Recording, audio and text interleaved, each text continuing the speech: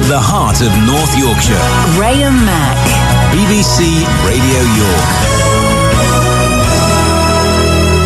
I really am enjoying being back in North Yorkshire. Isn't York fab? I mean, we look out of the window, see it. It's like working in a medieval fort. Obviously, if you're outside and you're looking at BBC Radio York, it's not like that, because we look like a branch of Quickfit.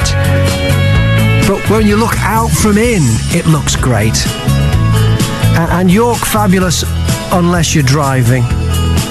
I say driving, but really it's just being sat in your car with the engine running. What is it with the traffic in this city? I saw a bus driver on Gilligate, stopped in traffic, reading a newspaper. It was spread out over the steering wheel. Is that legal? I mean, he wasn't, to be fair, he wasn't moving. The bus wasn't going anywhere. He was in traffic. He wasn't going anywhere. I don't know. Maybe you know. I took a picture of it. I didn't tweet it. I don't want to get anyone sacked. But it got me thinking, though. What is the craziest thing you've seen someone do at the wheel?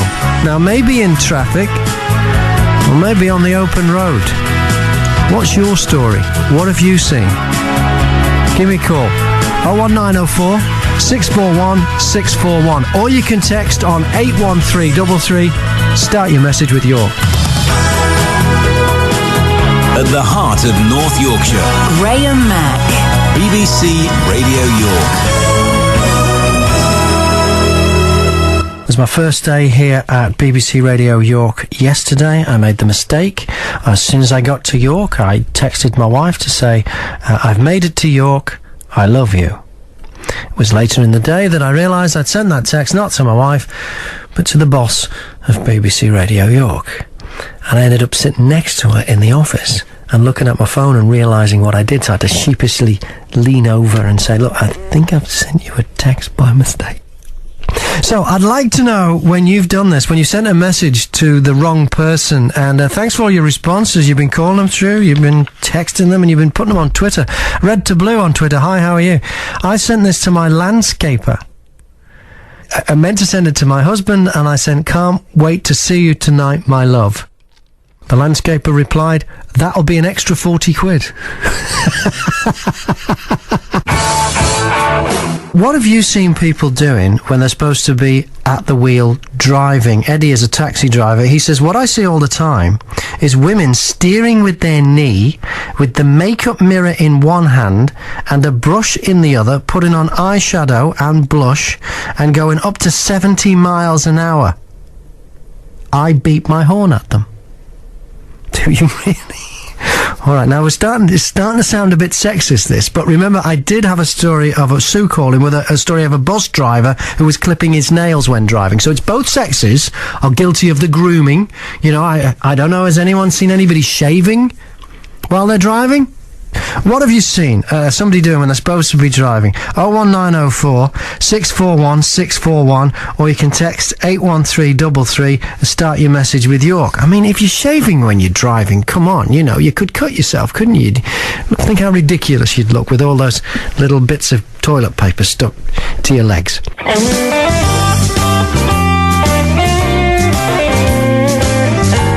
Hi to Sabrina, who is the chief cook and bottle washer at the pub that I'm staying at the moment. I'm staying at a pub in Home upon Spalding Moor. Reason being, I left North Yorkshire years ago. I went south for a job, and unfortunately, the job's gone south as well now. So anyway, I'm staying in this great pub in Home upon Spalding Moor, and I was talking to Sabrina over breakfast this morning, and she's telling me someone has stolen the used cooking oil from the back of the pub. It's been nicked overnight.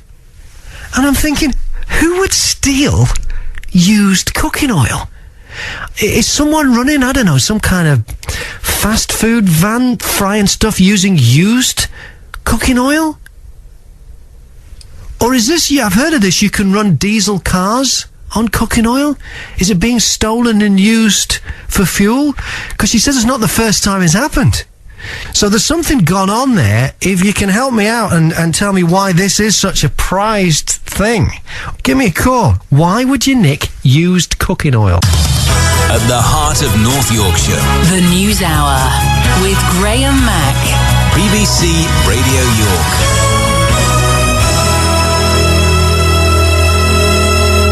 Thousands of pounds in cash has been found in a bin bag on a vicarage doorstep in York. David Kenworthy is the former Chief Constable of North Yorkshire Police. Good afternoon, David. Good afternoon, Graham. How easy is it going to be for the police to trace where this money came from? Well, there are several issues, really. I mean, is this money stolen, or is it abandoned, or is it just plain lost?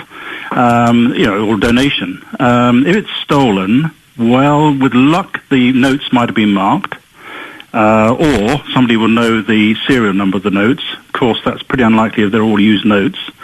So trying to trace it is going to be very difficult. I mean, they'll look through and they'll circulate details to see if there have been any robberies of the involving that amount of money locally. And then if they can't tie that up, then one has to assume that it's either a donation or it's been abandoned or just plain lost. But it seems unreasonable that somebody would just lose several £1,000s. Okay, well, what happens if it turns out that the money was the proceeds of crime? Well, then it obviously, the first person who's got call on it is the original owner, and they would get the money back. And if there was a dispute about it, then it gets sorted out in court. But if it's crime, then it's usually straightforward that it'll go back to the owner. But what if it was the proceeds of crime, if you know what I mean? The money's not necessarily owned. Oh, I see. But it's because, it's for selling stolen goods. Well, if it's selling stolen goods, then again, the dispute gets sorted out in court. But generally speaking, the owner of the original property would have the first call on it. What if no one claims it? Well, then in theory, the finder can claim it, I think in 6 weeks it is, if you've handed it in to the police. If it's just lost property, then you claim it in 6 weeks. So the law of finders, keepers, losers, weepers does apply? Well, not really. It only applies if you've taken reasonable steps to find the owner, and of course by handing it in to the police, generally speaking, that would cover it. But if you find something and you don't take reasonable steps, then actually it could be theft.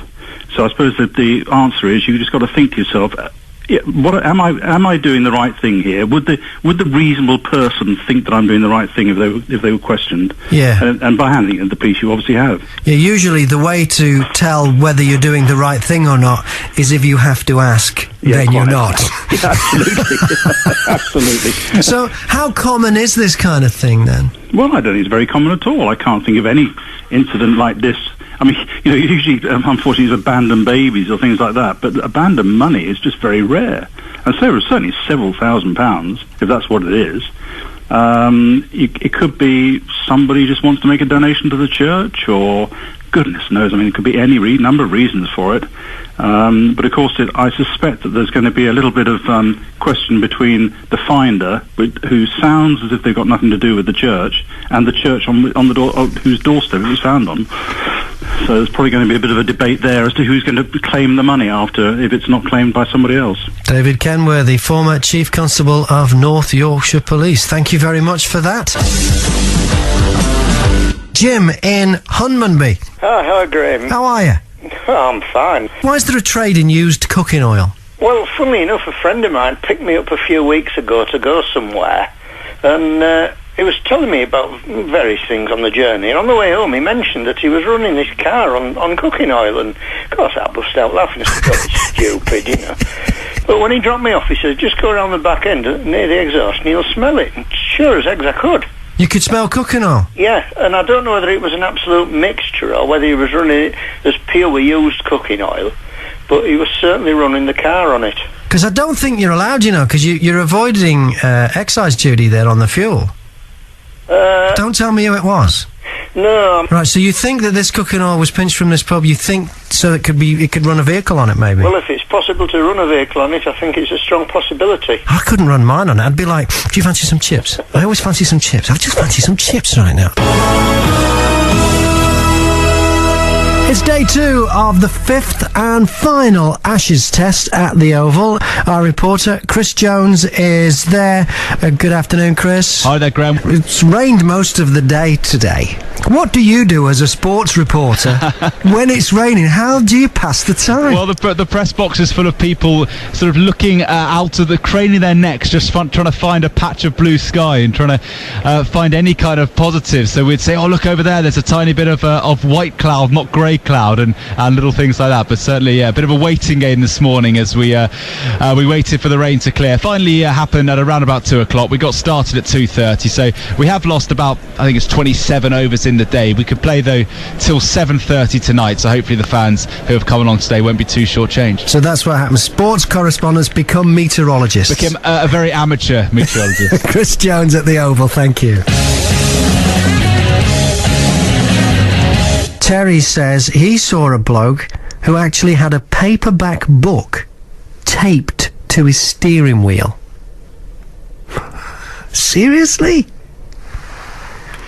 Dave says, one time on the M1, I saw a woman get changed from a very nice business outfit into a leotard. At one point, she was just sitting there in her underwear. Really? And Dave, you're saying she wasn't concentrating on the driving? BBC Radio York. It's all happening with me, Graham Mack. Wrecked cruise ship being heaved off the rocks of life. At the heart of North Yorkshire. Graham Mack.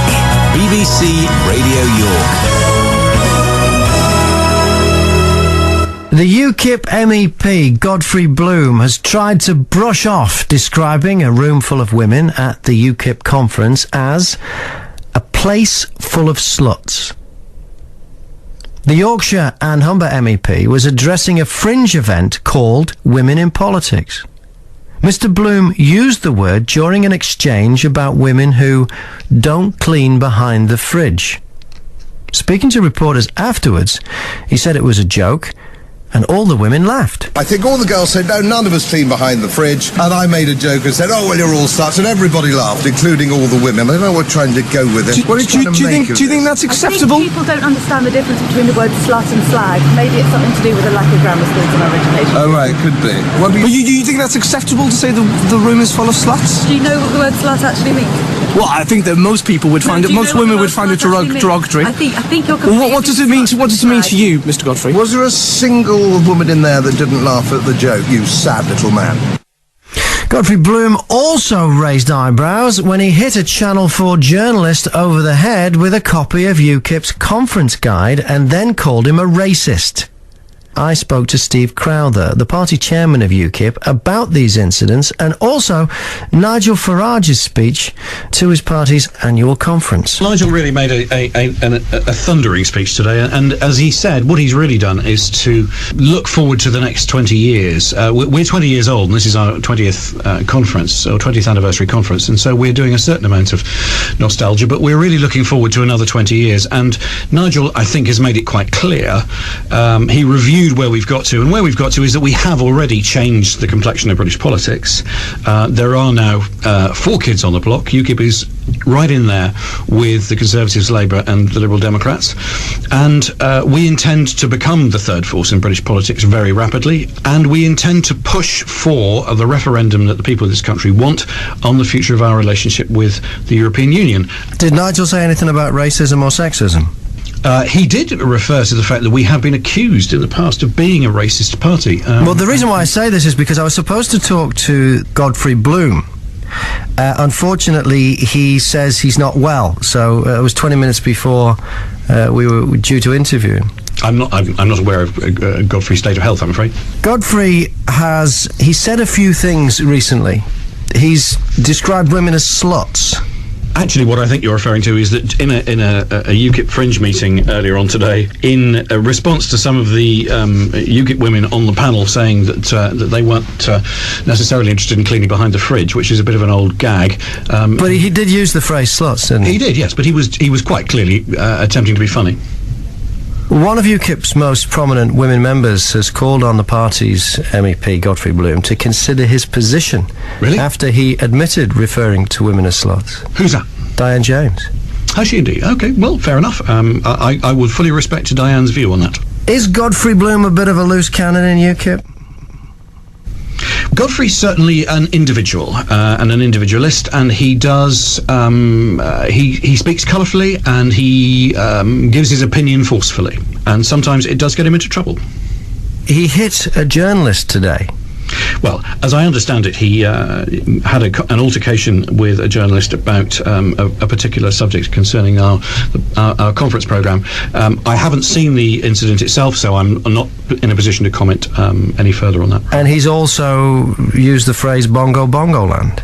Indeed, and I have made it clear at the time that I thought that was, again, a language which I didn't think it was appropriate for him to use. However, I also made clear at the time that the issue that he was raising, which was the £1 billion a month that we send now in foreign aid to countries abroad, is an issue which was important that he should raise. And in fact, what happened was that over the next week or 10 days, it became quite clear that it was an important issue and that the people of this country feel very deeply about it. UKIP leader Nigel Farage said that he will not tolerate racism or sexism. Does that mean that it's all over for Godfrey Bloom and UKIP? That's a very odd question. If UKIP leader Nigel Farage says that he will not tolerate racism or sexism, then I'm absolutely with him. Godfrey isn't, I don't believe, either of those things, but he does sometimes express himself in a way that I would prefer that he didn't.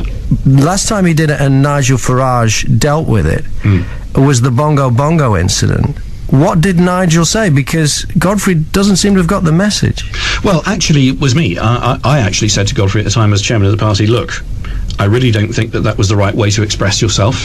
However, I do believe that the subject you were raising was a very important one. So, I told him that time, and Godfrey and I will be having a discussion later on today about the way he's expressed himself today. Steve Crowther, the UKIP party chairman. Well, it's been announced while that interview was playing that Godfrey Bloom has had the UKIP whip removed.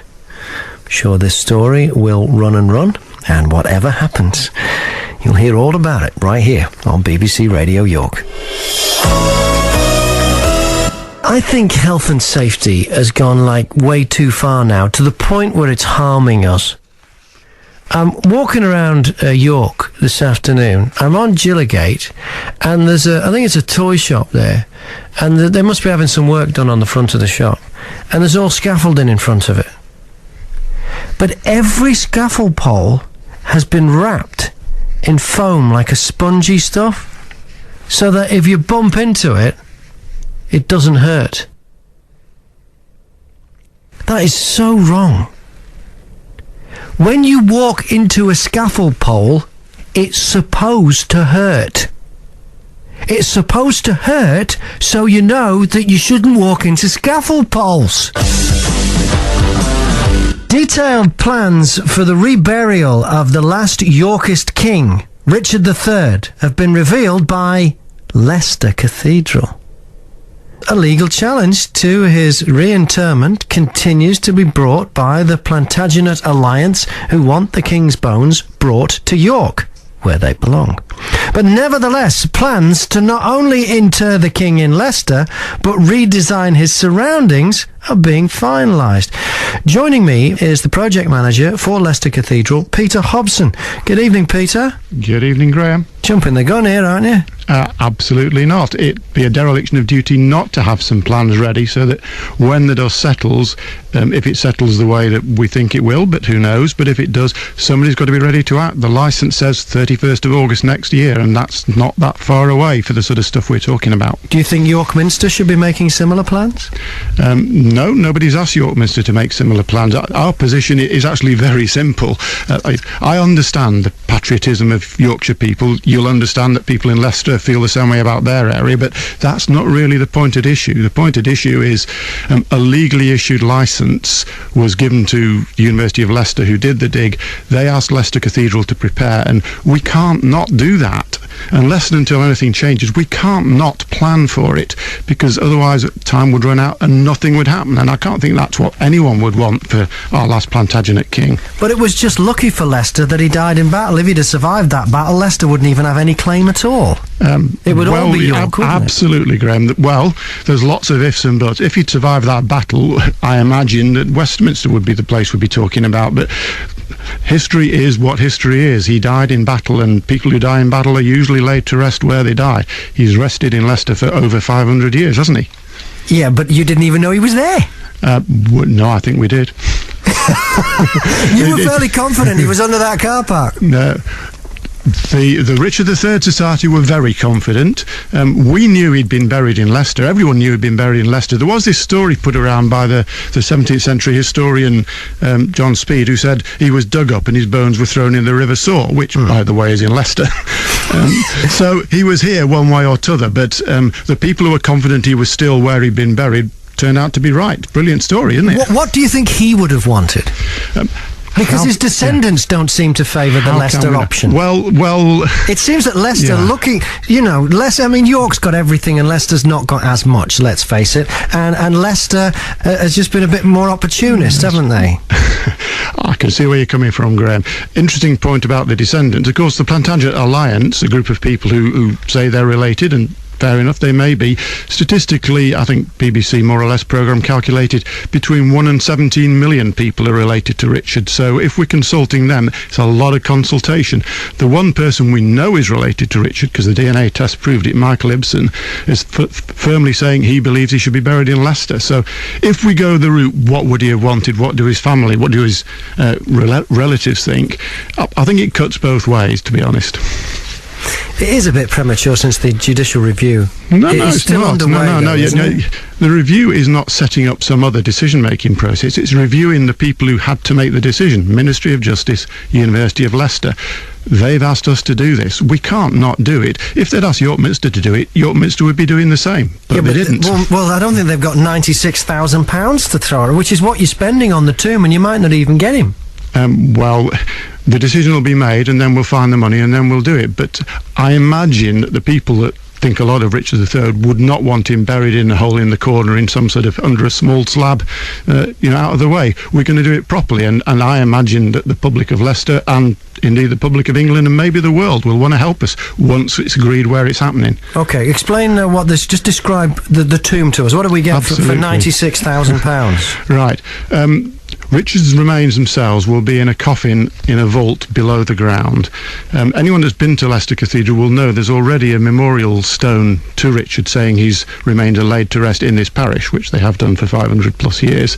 So that's roughly the location. It's in the chancel of the cathedral. On the ground above where the remains are, there'll be a white Yorkist rose in beautiful marble, and round the edge, inscribed in black, will be his name, his dates, and his family motto. And then above that, on top, a really beautiful, solid piece of stone. It's actually going to be Yorkshire stone. You may or may not be pleased to hear it. Swaledale Fossil is the name of the stone. You can look at it, and it sort of speaks of the ages. Incised into that will be a cross, the prime Christian symbol. It'll be facing the east window, the place of the resurrection, and Richard, who was the most devout of men himself, as we know, will be placed in the heart of a cathedral facing the scene of the resurrection, which, if we're going to speculate what he would have wanted, I'm going to say he would have loved what we planned. And if the judicial review says he has to be buried in York Minster, can we have the tomb? Well, it's our design, but we're happy to talk to York Minster. In fact, they're our friends. We talk to each other all the time. But just to clarify again, Graham, the judicial review cannot decide where he will be buried. The judicial review, the judge can say the decision-making process was done properly or was not done properly. What he's done is given the Plantagenet Alliance a day in court to argue their case that it wasn't done properly. We don't yet know what he'll say. If he says it wasn't done properly, the decision still has to be made. It's not the judge's decision. If he makes a mistake and something goes wrong and he does end up in Leicester, what changes will be made to Leicester Cathedral? Come and have a look, Graham. We'd love to welcome you, but it's not a big cathedral, as people will know. It's a parish church cathedral. It's a very beautiful church, and we're all very fond of it. It's no York Minster, to be fair. Absolutely. York Minster's brilliant. I've been there many a time. I love it. It's no York Minster.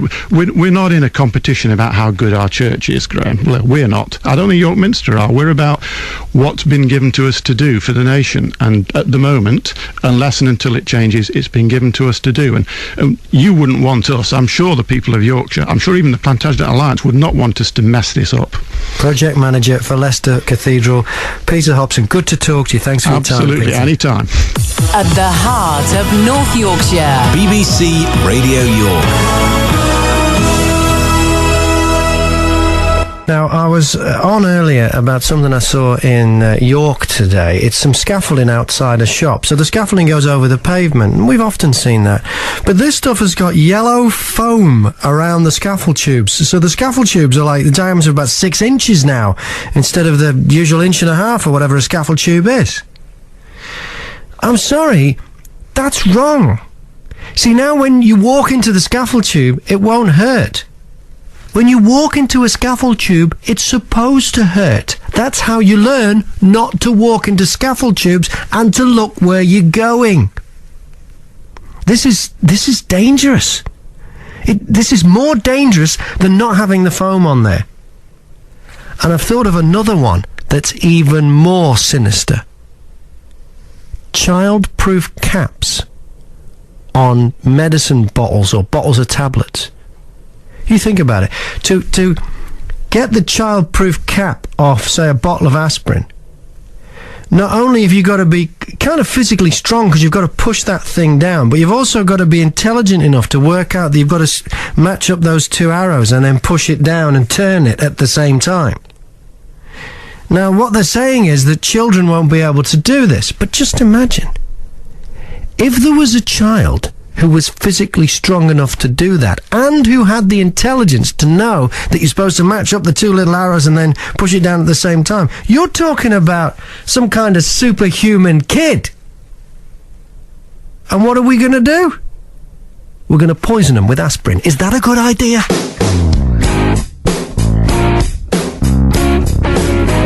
It was supposed to be the conference which built on the party's successes in this year's local election. But for UKIP and their leader, Nigel Farage, things have taken a turn for the worse. The UKIP MEP, Godfrey Bloom, called a room full of female party activists sluts, and has had the party whip withdrawn. He made the comments at a meeting during the party's annual conference in London. I too have never cleaned behind my fridge on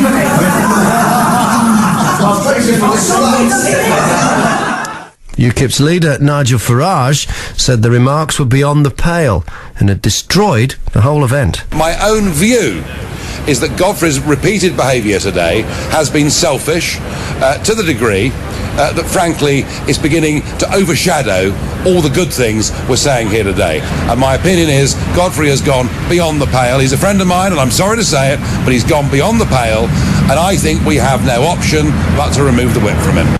The row came just hours after Mr Farage hailed the progress that the party had made in the past 18 months and predicted the party would win next time around.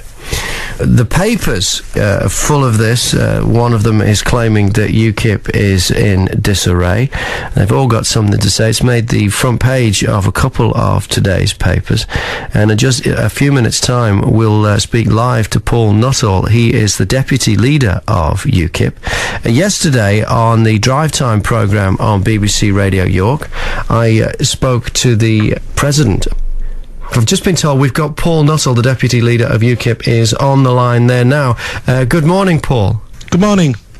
So what happens next with Mr Bloom? Well, Godfrey has had the whip suspended by the party. What does that actually mean? Well, it means that he can't describe himself as a UKIP MEP at the moment. And he will not be sitting with us in the chamber in Strasbourg.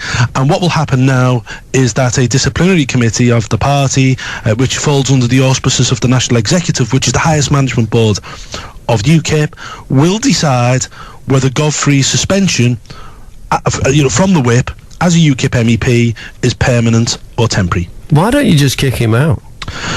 Well, because Godfrey has many assets. He's a very bright man. He's a fantastic platform speaker. He's worked hard on behalf of Yorkshire and Humberside and North Lincolnshire, you know, the area that he represents in the European Parliament for a number of years. In my words, I think he's been a good MEP for you guys. Unfortunately, he's made a number of pronouncements over the summer which have embarrassed the party, and quite frankly, what happened yesterday and the fact that he's overshadowed our conference in the way he has, in the eyes of the party chairman, took him beyond the pale.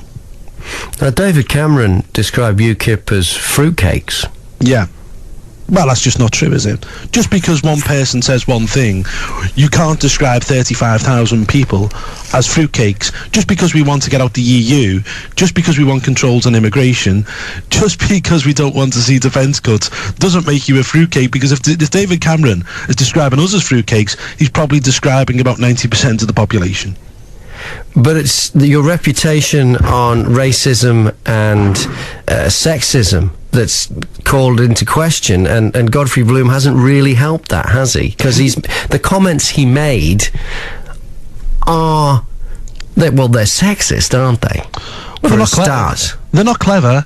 I mean, I know he's arguing that he used that term, and if you listen to the clip in its entirety, he's claiming that he used that term, the word slut, with its 1960s definition and connotation, which means untidy.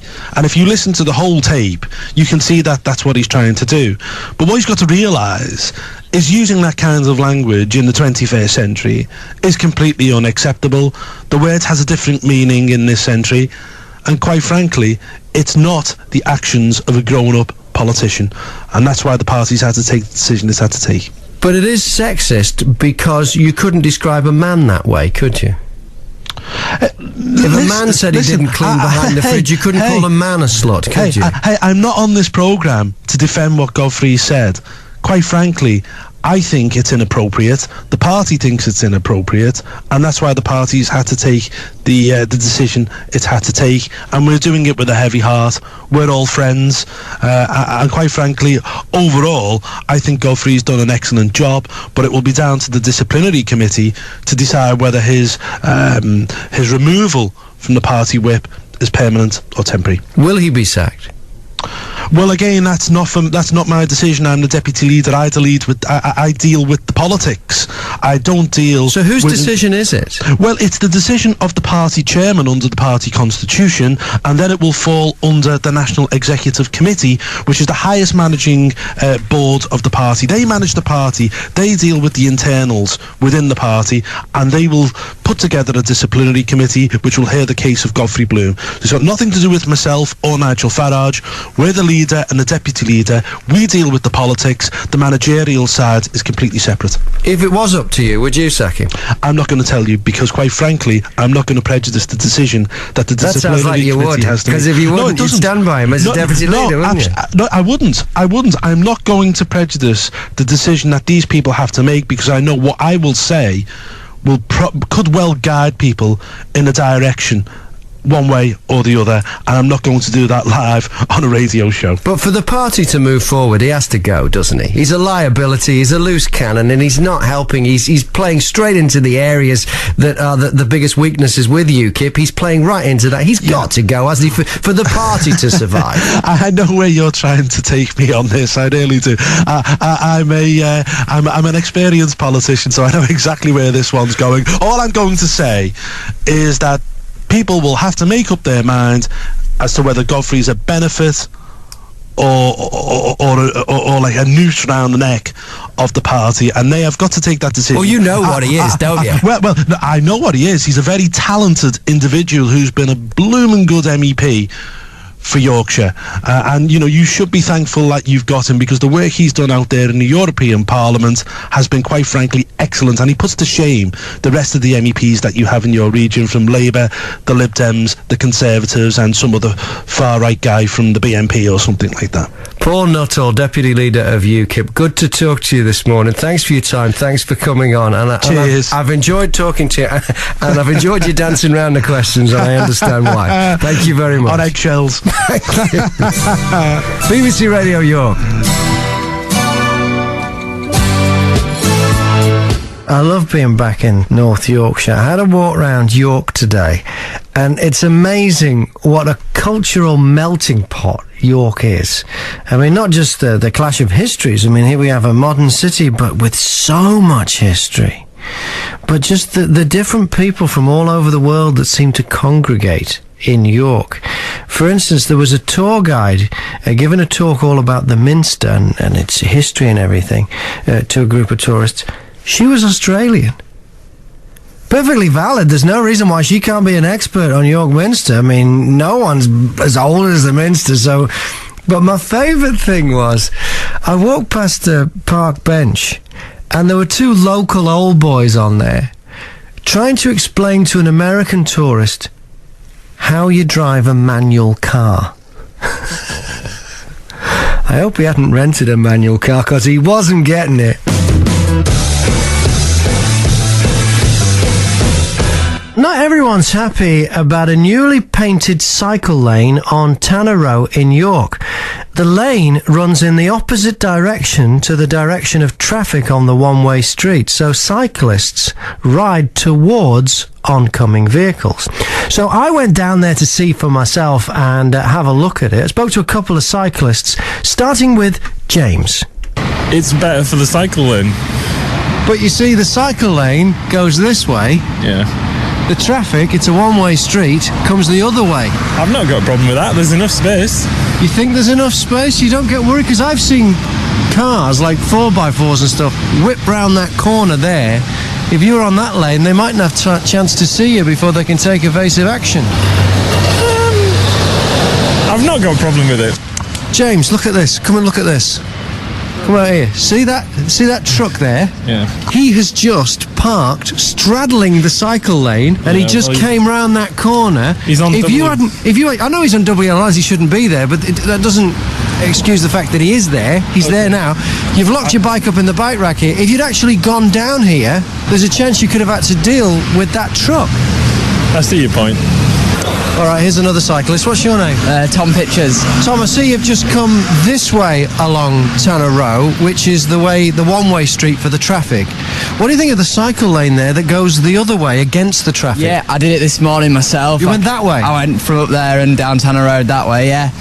And it's definitely good, because I remember coming down here when there was no cycle path, and I nearly got run over by a car, yeah. So you think it's better? So it's definitely better, yeah. Look behind me now. What do you see on the side of the pavement there? The van in the cycle track. He's parked. He's straddling the cycleway. Yeah. So right now, if you went in the cycle lane down there, you'd have to overtake him exactly where that Audi would have sliced you up. Very good timing there, yeah. The car has just come by. Does that worry you at all? It can do at times, yeah, but I mean, you can either go on the footpath or you can just wait, but I mean... He's not left much room on the footpath there, has he? No, I mean, the lorry has got to obviously deliver his goods, so... So he's going to take a while, he's going to be parked there for a while. He could be, yeah, so I mean, it does make a cycle track a bit pointless, but at the same time... Because you'd end up going in the traffic lane, which is only one lane. We're seeing a taxi come up here now. Yeah. And another car. If you'd have gone round that truck, both of those could have wiped you out. They could have, yeah, definitely, yeah, I mean... I think they need to... obviously, there's not many cyclists at the moment, so I think that's the main reason why the lorry's here now. But I think they need to figure out a loading time or something, yeah, definitely. All right, well, I found the truck now that is straddling the brand new cycle lane. What's your name? Not telling you. Good idea. Are you the driver? Yes. Do you realise you've straddled a cycle lane? Yeah. You know that? Yes. Do you care? Well, yeah, I do, but I need to park here to do the deliveries. Because the worry is that cyclists who have to come down the cycle lane... I noticed that because they go the opposite yesterday, way to I think it was. I noticed that there was these arrows coming down, but... you see, now where do I park to deliver? Because to go around you, they basically have to come out into this lane, and they're actually going the wrong way down a one-way street. Yeah, I know. And if I park on that side, and cars overtake... They'll go into the cycle lane. So where do I go? So you think maybe whoever put this in didn't think this through? Well, of course they didn't. Bicycle, bicycle. We're still waiting for the birth of the Scottish panda. They're saying the Scottish panda. That's not exactly true. You see, when Chan Chan gives birth in Edinburgh Zoo, the People's Republic of China will get a new panda, not Scotland. That's because China owns all of the world's pandas. They used to give them away. It was called panda diplomacy. From 1958 to 1982, China gave away 23 pandas to 9 different countries. These days, though, you have to lease them. And each lease deal lasts 10 years. They're not cheap. Edinburgh Zoo pays China £636,000 a year for the privilege of having them. Now, that's on top of the £250,000 it costs for each enclosure, and then you have to pay another £70,000 a year to have the bamboo shipped in. I'm not sure what the vet's bill would be over 10 years, but if the local vet in Edinburgh charges anything like what we pay just to keep our 2 cats' vaccinations up to date, it's really going to add up. Mind you, I suppose if you come across a stray panda, you'll know straight away who owns it. So you won't need to get a microchip. There's a bit of a saving there. This panda lease agreement, it runs into many pages, and with all contracts, the large print giveth and the small print taketh away. And it states that any cubs born during the loan period are the property of China. So a brilliant deal for China. Not only do they get someone else to pay to look after their animals for 10 years, they get over £6 million in return, and they get back more pandas than they leased out. One thing you can be sure of is that the baby will be given a Chinese name. I'm sorry, but if you've paid out all that money to lease them, and the cub's born in Scotland, surely you should be allowed to give it a Scottish name. You know, instead of Chi-Chi or Ling-Ling or Yang-Yang, all previous panda names. You should be able to call the baby panda Hamish, or Sheena, or Jock. Because if you don't, you're just pandering.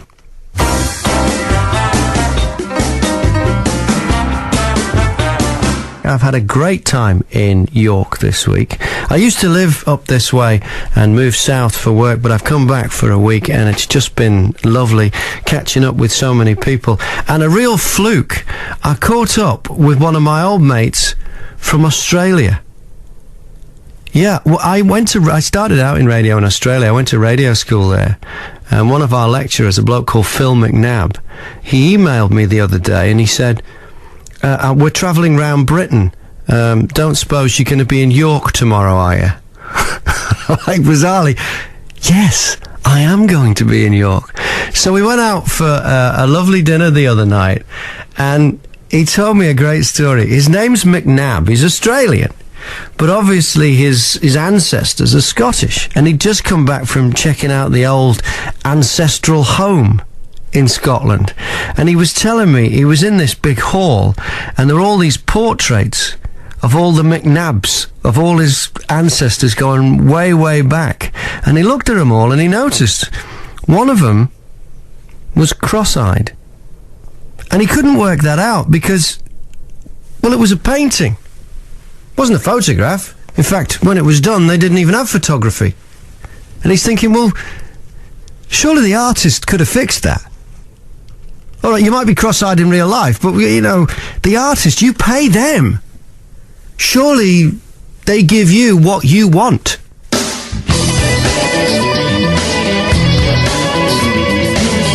After 10 o'clock, Russell Walker's going to be here. Hello Morning, there. Russell. Lovely to be with you as always. I'm going to catch up with one of the greatest comedy writers we've ever had. His name's David Nobbs. And David wrote, The Fall and Rise of Reginald Perrin. Great show. He got his first real big break was David Frost hiring him to come on and write for That Was the Week That Was. So he sat around a table with pre-Monty Python, but all of the Monty Python boys. You got the 2 Ronnies over the other side. You got David Frost. And so he would work there for a few days of of the week, coming up with the cutting edge of satire, and then he'd disappear off and he'd write for Leonard Rossiter, or he'd write gags for Frankie Howard, or he'd write entire monologues for people. He's worked with everybody, and he's written the words that made audiences laugh. His books are fantastic. He's actually doing a tour. It's his first one on his own right, where he's going to go around and talk about some of the remarkable people that he worked with. And it's just brilliant. It's coming to sort of 3 or 4 dates across North Yorkshire. Like Selby's going to be at the Helmsley Arts Centre, so we catch up with David Nobbs, a truly brilliant man. I can't wait to hear that. Just the fact that he worked with David Frost, especially now that exactly. Frost has passed away. He's never really spoken much about David Frost. Yeah. So, I mean, he will be doing a large part of his show. We'll be talking, obviously, about being there at the invention of satire, which you imagine is pretty major. They reckon at the time in the 60s, David Frost was so powerful, he used to drive a convertible car around London, and it had a big button on the dashboard, and if it started to rain, he could push the button and it would stop raining. They reckon David Frost was that powerful. He was. At the heart of North Yorkshire, Graham Mack, BBC Radio York. It is Halloween, so I'm looking for your scary story. Real stories, though. The scariest thing that ever happened to you. Hi to Sam, who says she was driving down a country road at night in the middle of nowhere. Suddenly, a cheeseburger hit the windscreen. She has no idea where it came from. Scared the blinking life out of her. Goodness me. It's the most unusual one so far. Ghost of someone who died from a heart complaint? At the heart of North Yorkshire, Graham Mack, BBC Radio York. Well, we're a little under half an hour away from the latest Fire Brigade union strike. The main concern tonight is for bonfire parties taking place in the lead-up to Tuesday's November the 5th bonfire night. And the walkout starts at 6:30 until 11 p.m. tonight. It's part of a continuing row over pensions. Further action is planned for Monday morning. That's the 4th, between 6 and 8 in the morning. Dave McCabe is the area manager and head of risk for North Yorkshire Fire and Rescue. He expects the impact to be limited. We're in the fortunate position this evening of we've got 26 of our normal 46 fire engines on duty, so we've got over half of our resources available to us. So we're going to try and provide as normal service as possible. However, so which it might take a little bit longer. Which firefighters are working then? Which firefighter? Well, it's impossible to name them all, but our county is covered by over 700 firefighters, and with 50% of those being full-time and 50% of those being retained part-time firefighters. And the majority of our response this evening will indeed be provided by our part-time staff, the retained firefighters that we rely on to look after their communities. So a reduction in personnel of around 50% then? It's not quite 50%. We've got more than half of our staff working this evening. Okay, so if someone is having a bonfire party tonight, is that a good idea? Well, personally, I would say put off your bonfire party until tomorrow, and if you do have to have one, even if it is tomorrow, make sure it's safe, make provisions so that you can look after your party, as it were. So tonight is not the night? Tonight is not the night, really. Are you advising, if someone sees someone letting off fireworks and that, someone to go up to them and say, hey, you might want to watch that, the fire brigade are not fully covered tonight? I would advise that whoever's using fireworks or setting bonfires takes their own precautions. You know, dealing with other people on the street like that, maybe that's not something I would recommend, no. Away from bonfire night and fireworks, what about normal precautions? Would you recommend that we go out for a meal or a takeaway rather than use the kitchen tonight? Well, it's interesting, speaking to other radio presenters today, that we talked about chip pans and sort of people coming home late and said having chips for tea. I would recommend, have a pizza, take a pizza home with you, because we all know that chip pans have been source of fires in the past. So a safer way of doing it would be to take a takeaway, yes. Now, the strike starts in a little over an hour. Any idea what the response will be likely from the firefighters that are on strike? They're not going to be picketing fire stations, are they? Some firefighters might indeed choose to picket fire stations. and that can be both a positive thing for us and a negative thing. It's not a good thing to see that happening, because everybody's reminded of the fact that the fire service isn't available normally. But the good thing for that is there are firefighters who, whilst providing a picket, will also provide a response to a life risk incident. So that, you know, there are good things and bad things in all of those situations. You're the area manager and head of risk for the North Yorkshire Fire and Rescue Service. Mm-hmm. Do you think the firefighters' timing on this is a little bit irresponsible? The firefighters have a legitimate right to take industrial action if they feel necessary. My job in this, as you say, as the head of risk management, is to ensure that we have as big a response as possible during the period of industrial action. So, as I said before, you know, having more than half our resources available is not the best situation, but it's certainly of some comfort to us. But the Friday night before bonfire night, of all nights. Yes, the timing of it is unfortunate, but as I say, they're exercising their right to do that, and our response to that is to make sure that we exercise our statutory obligation to provide a response.